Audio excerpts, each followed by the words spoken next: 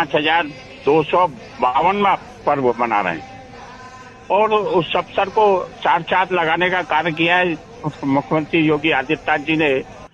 जब से सत्ता संभाली 8 वर्ष में लगातार ब्रज क्षेत्र के विकास के लिए मथुरा वृंदावन और श्री कृष्ण जन्मस्थली को कैसे विकसित किया जाए, तीर्थ स्थल घोषित करने का काम किया गया।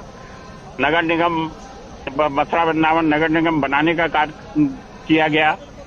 मथुरा, वृंदावन, बरसाना, नंदगांव, बलदेव, गोकुल, महावन सभी के विकास के लिए योजना बनाई गई। 84 कोस ब्रज परिक्रमा मार्ग की भी योजना बनाई गई है। और आज उन्होंने कहा, वैसे तो 465 करोड़ की योजनाओं का शिलान्यास और लोकार्पण किया ही, पर साथ में उन्होंने कहा कि हम बहुत बड़ी योजना 30,000 करोड़ की योजना लेकर आ रहे हैं संपूर्ण ब्रज के विकास के लिए, जो अभिनव होगा।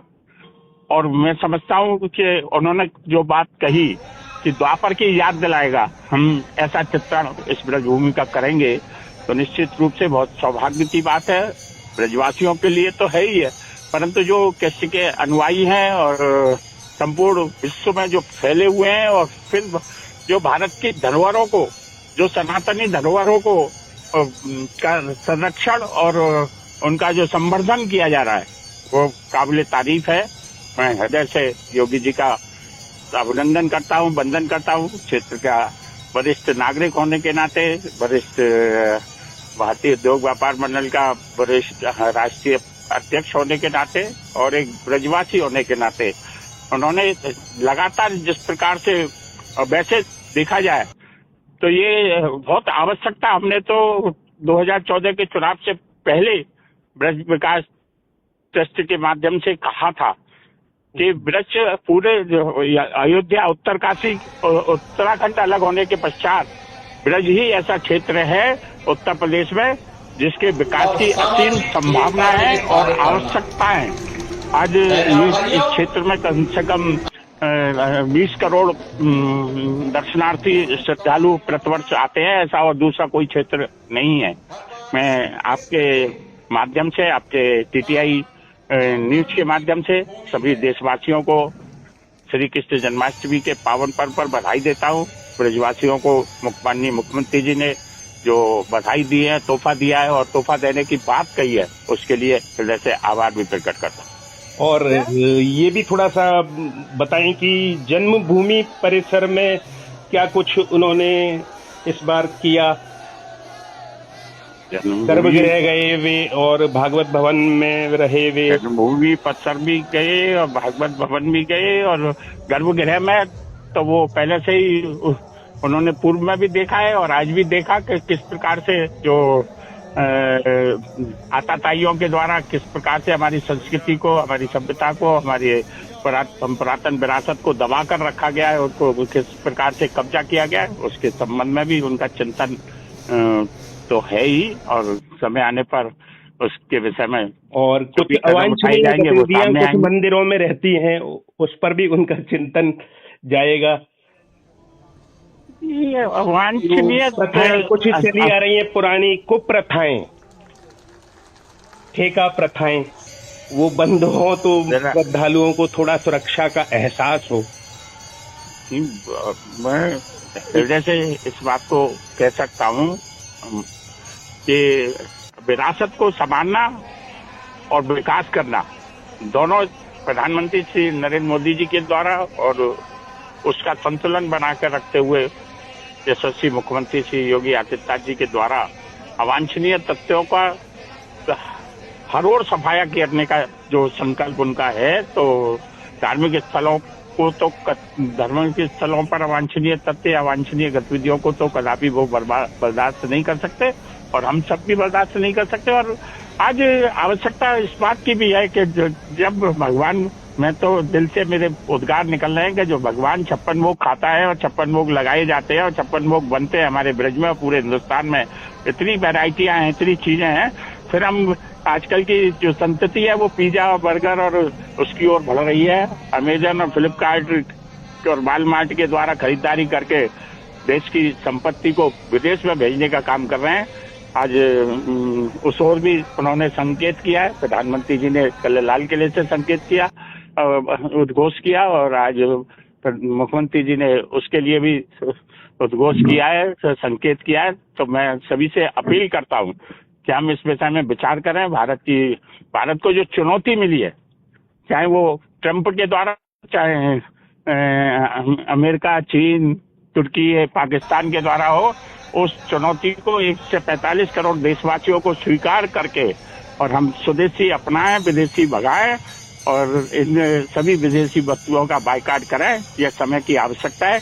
जब हमारे यहाँ लस्सी है, हमारे यहाँ दूध है, हमारे यहाँ छाछ है, हमारे यहाँ ताजा फलों के जूस है, रस है, तो फिर हमें क्या जरूरत है हम पेप्सी कोला और आपने बात घुमावदार तरीके से कही है, लेकिन आपका भाव समझ में आ रहा है और हम समझते हैं कि मोदी जी को और योगी जी को भी समझ में आएगा कि जब हमारे पास लस्सी दही सब कुछ है, जब हमारे पास सारे संसाधन हैं, तो हम उनको विकसित करके उन्हीं से अपने जो राजस्व की वृद्धि है वो कर सकते हैं। तो अवांछनीय तत्वों को हम रोक सकते हैं। जरूरी नहीं है कि कोई कुप्रथा चली आ रही है बाल विवाह की या सती प्रथा की, उसको जारी रखें, छोड़ दें उसको। ऐसे जो प्रथाएं हैं उनको छोड़ दें। ये जो कुप्रथाएं ये मृतप्राय होती जा रही है और जैसे समाज में चेतना आ रही है और युवा पीढ़ी तो खास करके इसके प्रति जागृत है और हमारी सनातन संस्कृति इसको कोई इजाजत नहीं देती। कह दी कि जब तक जागरूकता नहीं होगी, मतलब जागरूकता आ रही है और जागरूकता आते ही अपने आप स्वतः ही धीरे धीरे इसको खत्म हो जाना होगा। आपके और हमारे रहते हुए हमने देखा है कितने परसेंट पे खत्म हो गई। हाँ, खत्म हो गई। कुल अल्प रूप में बची है, वो भी खत्म हो जाएगी। हम सब लोगों को और आपके माध्यम से अल्प रूप में तो नहीं है, अभी तो बृहद रूप में ही चल रहा है। पर आपका टीटीआई चैनल जिस प्रकार से लाखों लोगों की भावनाओं के अनुरूप बातों को प्रदर्शित करता है, विषयों को लेता है, ज्वलंत विषयों को उठाता है, उसके माध्यम से निश्चित रूप से बदलाव आएगा, ऐसा मेरा विश्वास। बहुत बहुत आपका आभार, बहुत बहुत आपका धन्यवाद। आपने अपने इतने सुंदर शब्द दिए और इतना वक्त हमें दिया हमसे बातचीत करने के लिए, आपका बहुत बहुत धन्यवाद। अभी तक हमारे साथ रहे अखिल भारतीय उद्योग व्यापार मंडल के राष्ट्रीय अध्यक्ष रविकांत गर्ग, जो मथुरा के भाजपा के एक वरिष्ठ नेता हैं, पूर्व मंत्री हैं।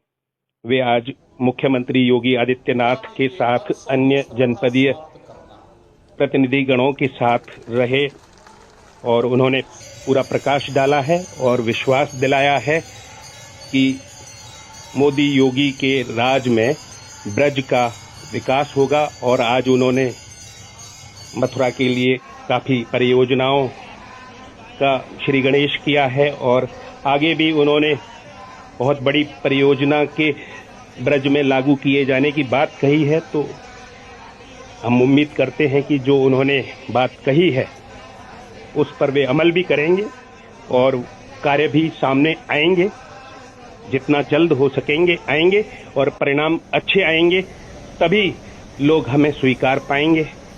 इसीलिए उन्होंने चुना है, अन्यथा तो अगर पहले जैसा चलना था तो फिर पहले वाले ही सही थे। इसलिए अगर आपको चुना है तो आपके पास जो समय शेष है उसमें देख लो, आप जो कुछ कर सकते हैं कर लीजिए। और फिर आए हैं तो जाएंगे, राजा रंक फकीर। कबीरा जब हम आए जग हंसा हम रोए, ऐसी करनी कर चलें हम हंसें जग रोए। तो ऐसी करनी कर चलेंगे तो सरकारें याद रहेंगी, नहीं तो सरकारें आती जाती रहेंगी। बहुत बहुत धन्यवाद। देश का, प्रदेश का और मेरे क्षेत्र का भविष्य बहुत सुखद है और बहुत प्रगति की ओर आगे बढ़ेगा, ऐसा मेरा बहुत दृढ़ विश्वास है। 16 लाख से भी गौवंश का संरक्षण वर्तमान में प्रदेश के अंदर किया जा रहा है।